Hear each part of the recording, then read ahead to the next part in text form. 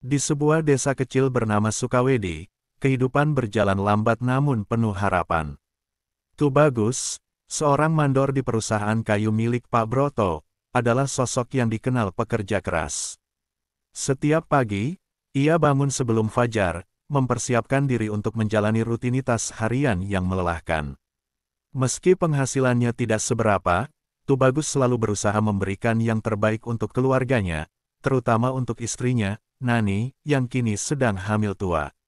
Nani adalah sosok yang lembut, selalu mendukung suaminya meskipun mereka seringkali menghadapi kesulitan.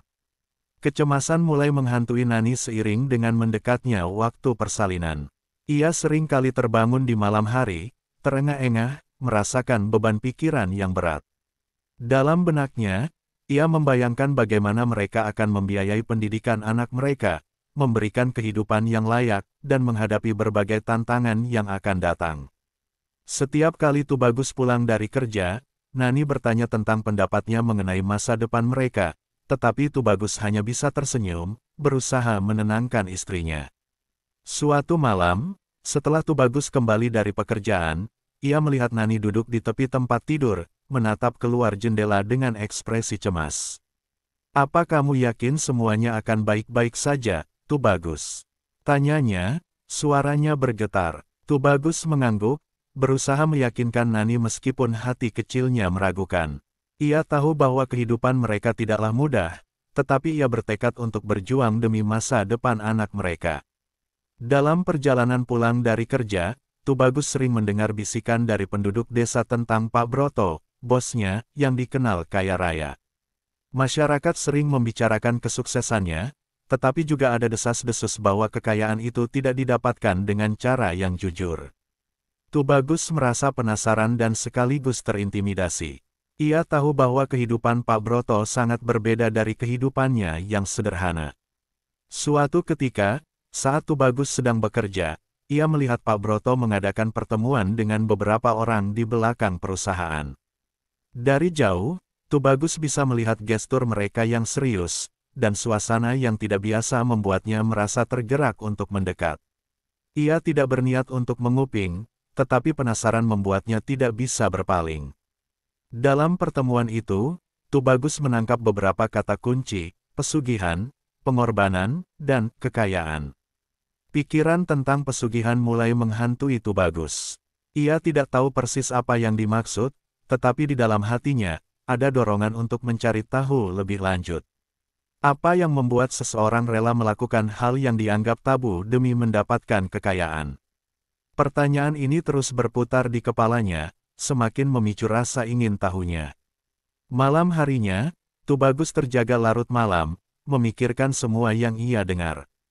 Ia menatap Nani yang tertidur lelap di sampingnya, dan rasa bersalah mulai merayap dalam hatinya. Ia ingin memberikan yang terbaik, tetapi apa yang harus dilakukan untuk mencapai itu? Dalam kegelapan malam, Tubagus merasa terjebak antara harapan dan ketakutan. Keesokan harinya, Tubagus memutuskan untuk mencari tahu lebih banyak tentang pesugihan. Ia mulai berbincang dengan teman-teman kerjanya, menggali informasi tentang praktik-praktik mistis yang mungkin bisa mengubah nasibnya. Namun, saat ia berbincang, rasa cemasnya semakin dalam. Ia tidak ingin terjerumus dalam sesuatu yang berbahaya, tetapi hasrat untuk mengubah hidupnya semakin kuat. Sementara itu, Nani merasakan perubahan pada suaminya. Tubagus semakin sering menghabiskan waktu sendirian dan tampak serius. Ia mulai merasa khawatir, tetapi saat ia mencoba bertanya, Tubagus selalu menghindar dengan alasan lelah setelah bekerja. Nani ingin membantu, tetapi ia tidak tahu bagaimana cara mendekati suaminya yang tampak semakin terasing. Hari-hari berlalu, dan mimpi buruk mulai menghantui Tubagus. Ia melihat bayangan anak yang belum lahir, terjebak dalam kegelapan. Setiap kali ia terbangun, rasa cemas semakin menyelimuti pikirannya. Apa yang akan terjadi jika ia tidak bisa memberikan kehidupan yang layak untuk anak mereka? Dalam hatinya, ia tahu bahwa ia harus melakukan sesuatu, tetapi langkah apa yang harus diambil? Dengan pikiran yang penuh dengan keraguan, Tubagus bertekad untuk mencari jawaban. Ia merasa ada jalan keluar, tetapi ia juga tahu bahwa setiap pilihan memiliki konsekuensi. Dalam kebisingan kehidupan sehari-hari, harapan dan ketakutan terus beradu dalam benaknya, menanti momen ketika ia harus mengambil keputusan yang akan mengubah hidupnya selamanya.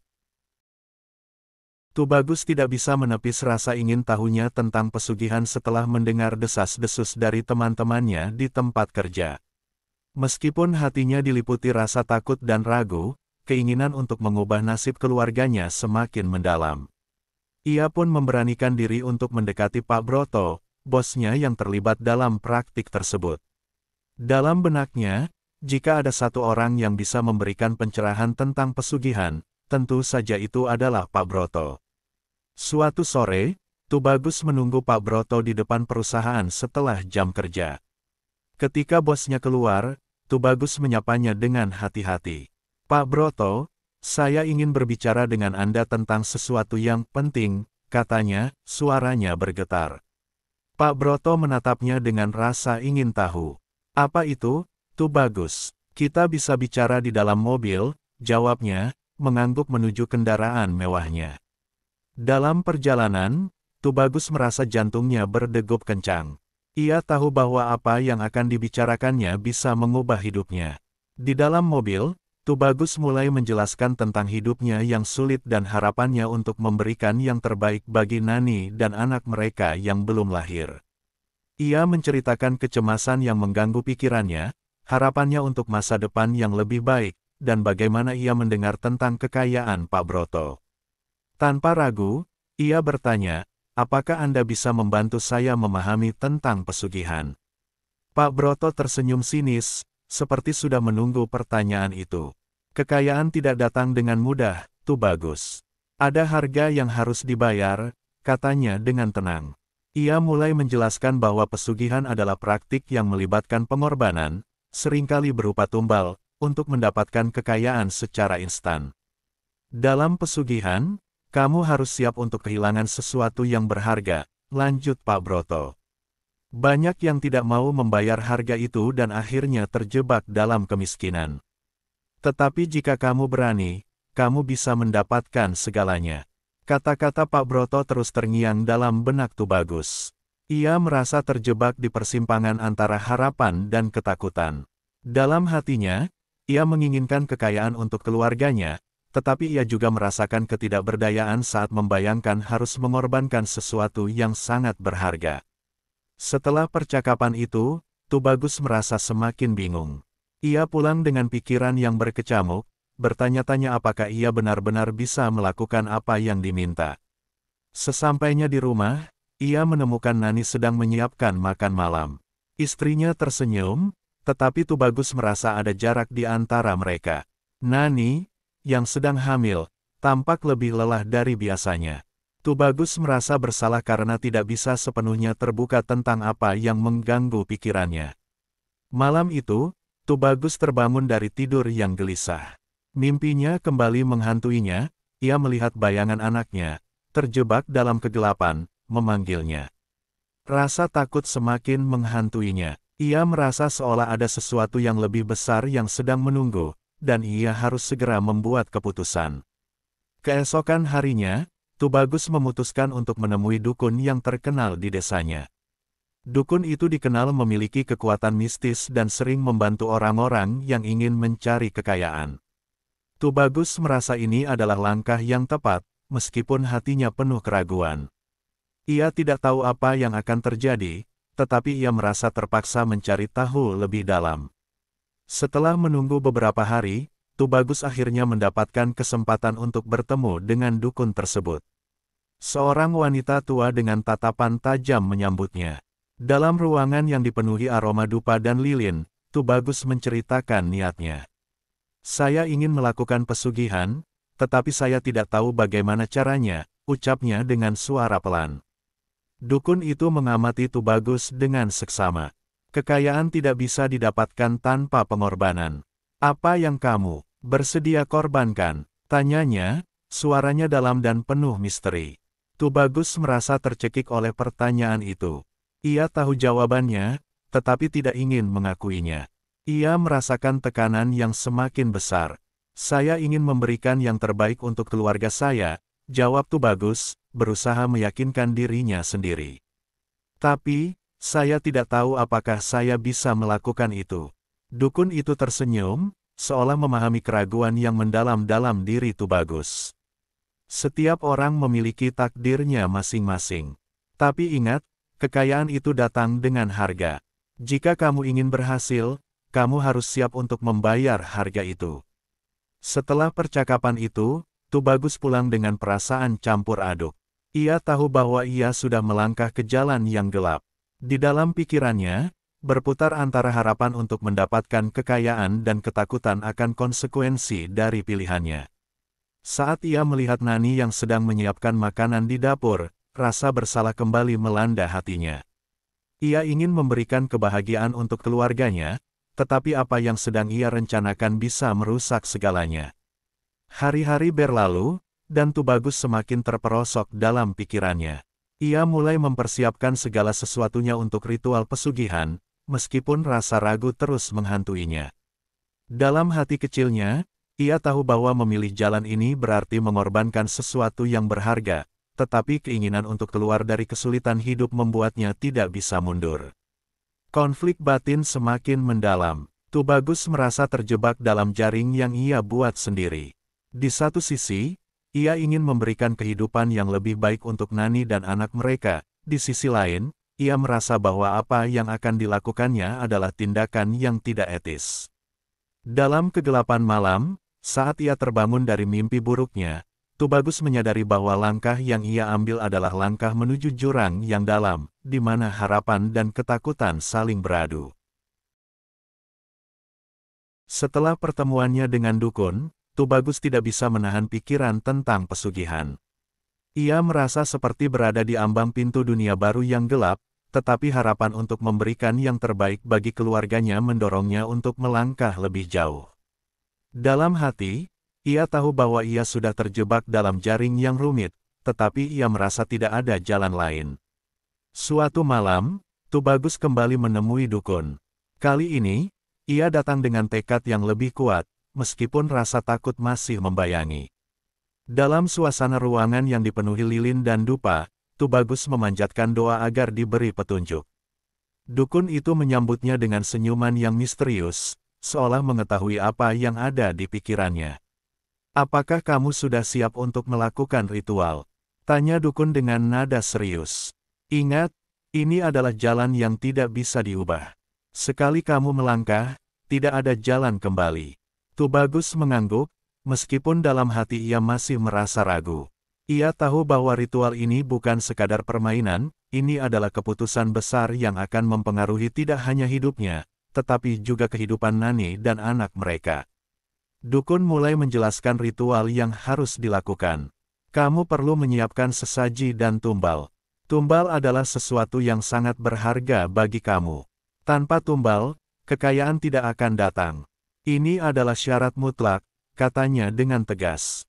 Tubagus merasa jantungnya berdegup kencang. Ia tahu apa yang harus dikorbankan, dan itu membuatnya tertegun. Dalam benaknya, wajah Nani dan anaknya muncul, dan ia merasa tercekik oleh rasa bersalah. Namun, keinginan untuk mengubah nasibnya semakin menguat. Ritual itu direncanakan dilakukan pada malam bulan purnama. Tubagus sangat memperhatikan setiap detail yang dijelaskan dukun. Ia harus menyiapkan sesaji berupa makanan, dupa, dan benda-benda yang dianggap sakral. Selain itu, ia harus menyiapkan tempat yang sepi, jauh dari keramaian, di mana makhluk gaib dapat hadir. Hari-hari menjelang ritual, Tubagus merasa semakin gelisah. Ia berusaha menyembunyikan pikirannya dari Nani, tetapi tidak bisa menghindari perasaan bersalah yang terus menggerogoti. Setiap kali ia melihat Nani, hatinya bergetar. Ia ingin membahagiakannya, tetapi langkah yang akan diambilnya bisa menghancurkan segalanya. Pada malam yang ditentukan, Tubagus pergi ke tempat yang telah dipilihnya, sebuah hutan kecil di pinggir desa. Tempat itu sepi dan gelap, dengan hanya cahaya bulan yang menerangi jalan setapak. Tubagus merasakan ketegangan di udara, seolah alam semesta menantikan apa yang akan terjadi. Ia mengatur sesaji di tengah hutan, menata makanan dan dupa dengan hati-hati. Saat malam semakin larut, Tubagus mulai membaca mantra yang diajarkan dukun. Suaranya bergetar, dan ia merasa seolah ada sesuatu yang mengawasinya dari kegelapan. Ia memanggil makhluk gaib dengan harapan mendapatkan kekayaan yang dijanjikan. Tak lama kemudian, ketika Tubagus selesai membaca mantra, suasana di sekelilingnya berubah. Angin berhembus kencang, dan daun-daun pohon berdesir seolah menjawab panggilannya. Dalam kegelapan, ia melihat bayangan samar, dan jantungnya berdegup kencang. Makhluk gaib itu muncul, menampakkan diri dalam wujud yang tidak pasti, menakutkan tetapi juga menarik. "Kenapa kau memanggilku?" Suara itu menggema, membuat Tubagus tertegun. Ia merasa terperangkap antara rasa takut dan ketertarikan yang mendalam. Dalam keadaan bingung, Tubagus mengungkapkan niatnya, ia ingin mendapatkan kekayaan untuk keluarganya, dan ia bersedia melakukan apapun untuk mewujudkannya. Makhluk itu menatap Tubagus dengan tatapan yang tajam. "Setiap kekayaan ada harganya. Apa yang kau siap korbankan?" tanya makhluk itu. Suaranya mengandung kekuatan yang membuat Tubagus merinding. Disitulah Tubagus merasa terbelah antara harapan dan ketakutan. Ia tahu apa yang harus diungkapkan, tetapi saat itu juga bayangan Nani dan anaknya muncul di pikirannya, mengingatkannya akan apa yang mungkin ia korbankan. Saya siap berkorban," ucapnya, meskipun dalam hatinya terasa berat. Makhluk itu mengangguk, seolah puas dengan jawaban Tubagus. "Kau akan mendapatkan kekayaan yang kau inginkan, tetapi kau harus membayar dengan sesuatu yang paling berharga bagimu." Tubagus merasa seolah dunia di sekelilingnya berputar. Ia tahu bahwa dalam hati, ia sudah membuat keputusan. Dalam saat-saat itu, ia merasakan campuran antara ketakutan dan harapan. Apakah semua ini benar-benar akan membawa kebahagiaan? Atau justru akan membawanya ke dalam kegelapan yang lebih dalam? Setelah ritual itu selesai, Tubagus pulang dengan perasaan campur aduk. Ia tahu bahwa kekayaan yang akan ia dapatkan tidak akan datang tanpa konsekuensi. Namun, saat ia melihat Nani yang tertidur lelap, ia merasa semangatnya membara. Dalam pikirannya, ia membayangkan kehidupan yang lebih baik, pendidikan yang layak untuk anaknya, dan kebahagiaan yang seharusnya mereka nikmati. Tapi seiring dengan bertambahnya kekayaan, Tubagus mulai merasakan adanya perubahan dalam dirinya. Bisnis kayunya berkembang pesat, dan uang mulai mengalir deras. Namun, di balik kesuksesan itu, ada bayangan gelap yang menyelimuti hidupnya. Tubagus merasa terjebak dalam permainan yang tidak bisa ia kendalikan, dan keinginan untuk mendapatkan lebih banyak hanya menambah beban rasa bersalah di dalam hatinya. Hari-hari berlalu, dan Tubagus semakin merasa tidak nyaman dengan keputusan yang telah diambilnya. Dia merasa bahwa hidupnya tidak lagi miliknya. Setiap kali ia melihat Nani dan anak mereka, ia merasa terjebak dalam dilema moral. Di satu sisi, kekayaan yang didapatkan membawa kebahagiaan sementara, di sisi lain, ia merasa terasing dari nilai-nilai yang selalu ia pegang. Ritual pesugihan yang seharusnya membawa berkah justru mulai tampak seperti kutukan. Tubagus merasakan tekanan dari makhluk gaib yang telah ia panggil. Suatu malam, saat terbangun dari tidur yang gelisah, ia mendengar suara-suara aneh yang membuatnya semakin merasa terancam. Dalam kegelapan, ia mulai menyadari bahwa jalan yang ia pilih akan membawa konsekuensi yang tidak terduga. Setelah melaksanakan ritual pesugihan, Tubagus merasakan perubahan yang signifikan dalam hidupnya. Dalam waktu singkat, bisnis kayu yang sebelumnya sepi mulai berkembang pesat. Uang mengalir deras, dan Tubagus tak lagi khawatir tentang kebutuhan sehari-hari. Namun, seiring bertambahnya kekayaan, bayang-bayang kegelapan semakin menghantui kehidupannya. Awal mula kesuksesan itu terasa seperti mimpi. Tubagus dan Nani mulai merasakan kebahagiaan yang tak terduga. Mereka membeli perabotan baru, memperbaiki rumah mereka, dan bahkan mempersiapkan kamar untuk anak mereka yang akan lahir. Tubagus merasa seperti telah menemukan jalan keluar dari kesulitan hidupnya. Namun, di balik senyuman itu, ada rasa cemas yang terus menggerogoti hatinya. Malam-malam Tubagus dipenuhi dengan mimpi buruk. Ia sering terbangun dengan keringat dingin, terbayang wajah makhluk gaib yang ia panggil. Suara-suara aneh mulai menghantuinya, dan ia merasa seolah ada sesuatu yang mengawasinya. Meskipun kekayaan yang ia peroleh membuat hidupnya lebih nyaman, Tubagus merasa bahwa ada harga yang harus dibayar. Suatu malam, saat Tubagus pulang dari kerja, ia menemukan Nani duduk di tepi tempat tidur, menatap keluar jendela dengan tatapan kosong. "Kau terlihat berbeda, Tubagus. Apa yang terjadi?" tanyanya, suaranya penuh kekhawatiran. Tubagus merasa tertekan. Ia ingin menceritakan semuanya kepada Nani, tetapi ia takut akan reaksi istrinya. "Aku hanya lelah, sayang. Semuanya baik-baik saja," jawab Tubagus, mencoba menenangkan Nani meskipun hatinya bergetar. Ia tidak ingin Nani tahu tentang praktik pesugihan yang telah ia lakukan, karena ia khawatir bahwa ini akan merusak kebahagiaan yang baru mereka rasakan. Namun, semakin lama, Nani semakin merasakan ada yang tidak beres. Ia mulai mempertanyakan perubahan dalam diri Tubagus, yang semakin sering menghabiskan waktu sendirian dan tampak lebih gelisah. Tubagus berusaha mengalihkan perhatian istrinya dengan berbagai kegiatan, tetapi ia tahu bahwa Nani semakin curiga.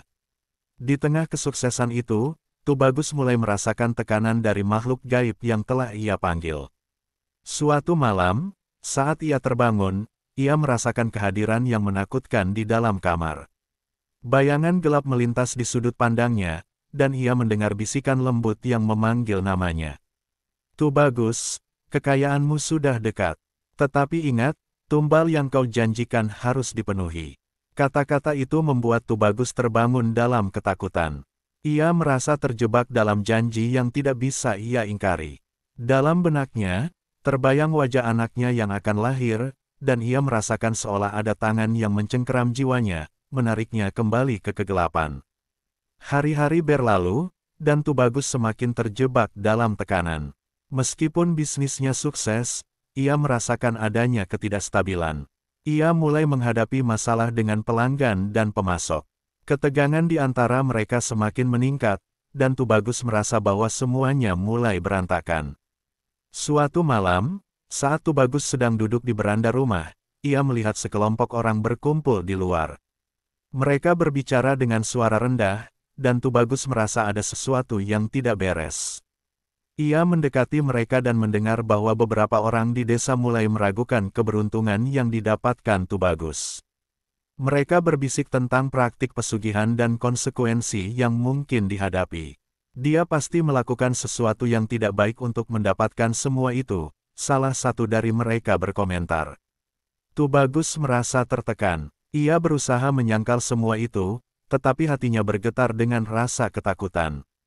Dalam pikirannya, ia merasa seolah dunia di sekelilingnya mulai runtuh.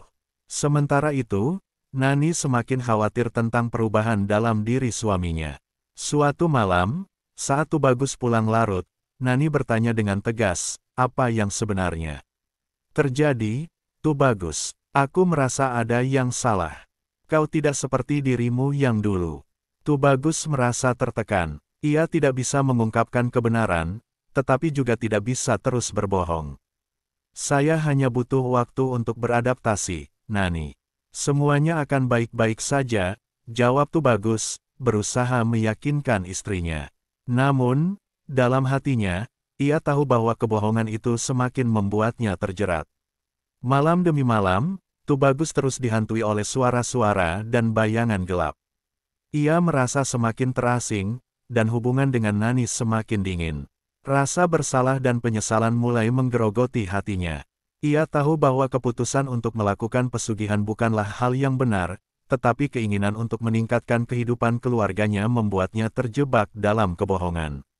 Suatu malam, saat Tubagus terbangun dari tidur yang gelisah, ia merasakan adanya kehadiran yang lebih kuat. Ia melihat bayangan anaknya berdiri di sudut kamar, wajahnya penuh kesedihan. Tubagus merasa terkejut dan bingung. "Apa yang kau inginkan, anakku?"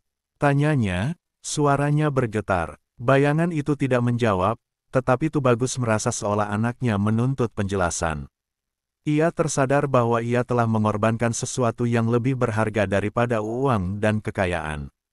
Dalam kegelapan malam, Tubagus merasakan penyesalan yang mendalam.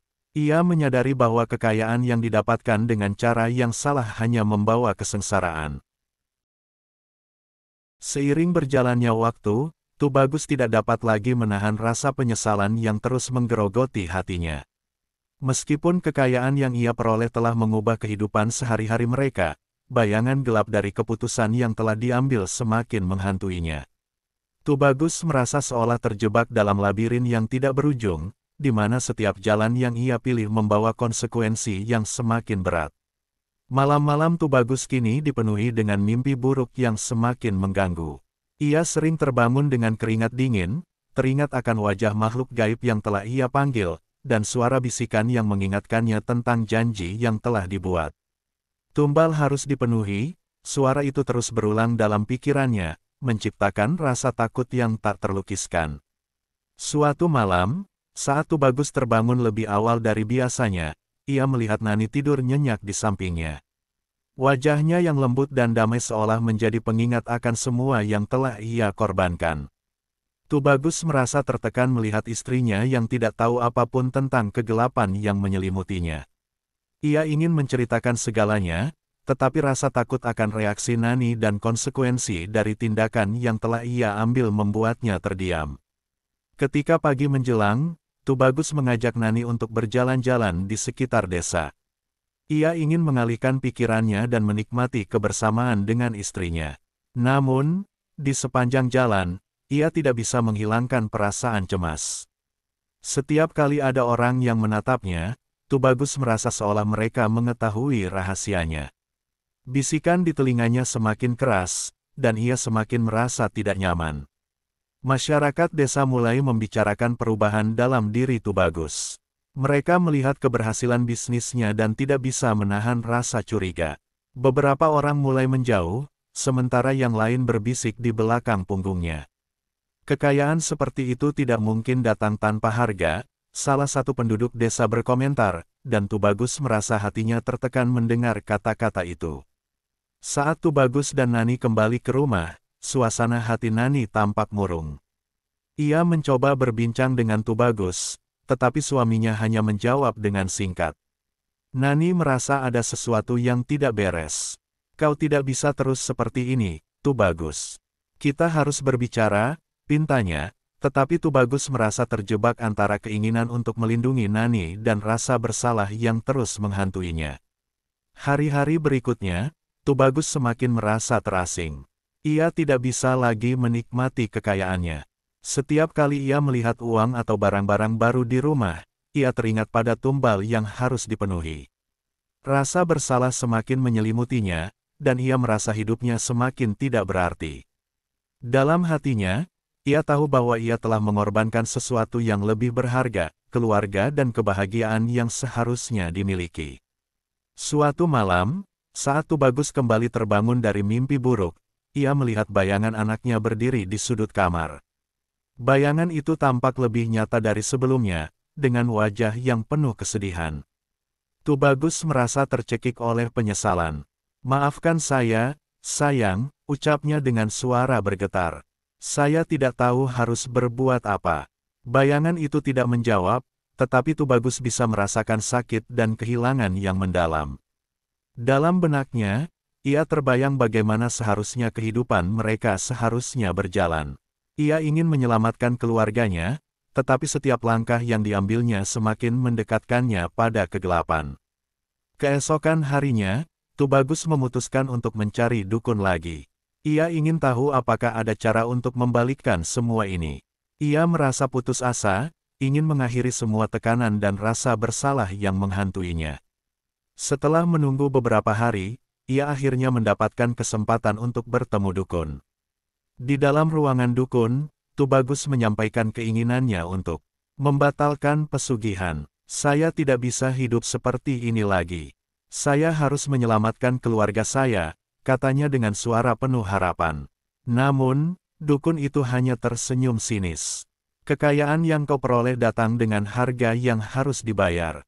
Tidak ada jalan kembali," Kata-kata itu membuat Tubagus terperangah.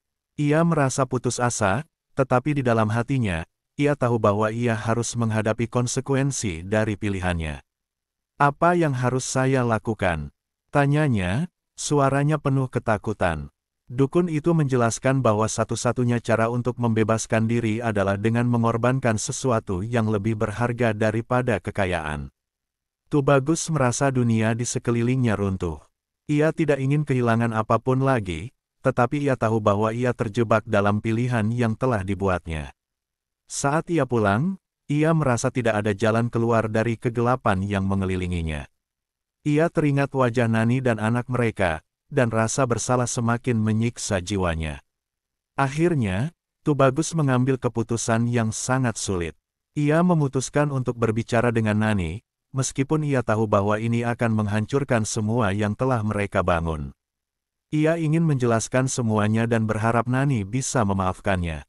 Saat mereka duduk berdua di ruang tamu, Tubagus mengambil napas dalam-dalam dan mulai menceritakan segalanya. Nani, ada sesuatu yang harus aku katakan, suaranya bergetar. Aku telah melakukan sesuatu yang sangat salah. Aku terlibat dalam pesugihan untuk mendapatkan kekayaan. Dan, aku harus mengorbankan sesuatu yang lebih berharga. Nani terdiam, wajahnya berubah pucat. Apa maksudmu, Tubagus? Apa yang kau lakukan? Tanyanya dengan suara penuh kebingungan dan ketakutan. Tubagus merasa hatinya hancur melihat reaksi Nani. Ia tahu bahwa ia telah mengkhianati kepercayaan istrinya. Saya tidak ingin kehilanganmu, Nani. Saya ingin memperbaiki semuanya, tetapi saya tidak tahu bagaimana caranya, ucap Tubagus, air mata mengalir di pipinya. Nani menangis, merasakan beratnya beban yang harus mereka tanggung. Saat Tubagus melihat wajah sedih istrinya, ia merasa bahwa ia telah kehilangan segalanya. Kegelapan semakin mendalam, dan Tubagus menyadari bahwa ia harus menghadapi konsekuensi dari tindakan yang telah diambil. Dalam momen yang penuh kesedihan ini, ia tahu bahwa perjalanan mereka menuju kebahagiaan telah berakhir. Harapan yang dulu menyala kini hanya tersisa bayangan, dan ia harus berjuang untuk menghadapi kegelapan yang telah ia pilih.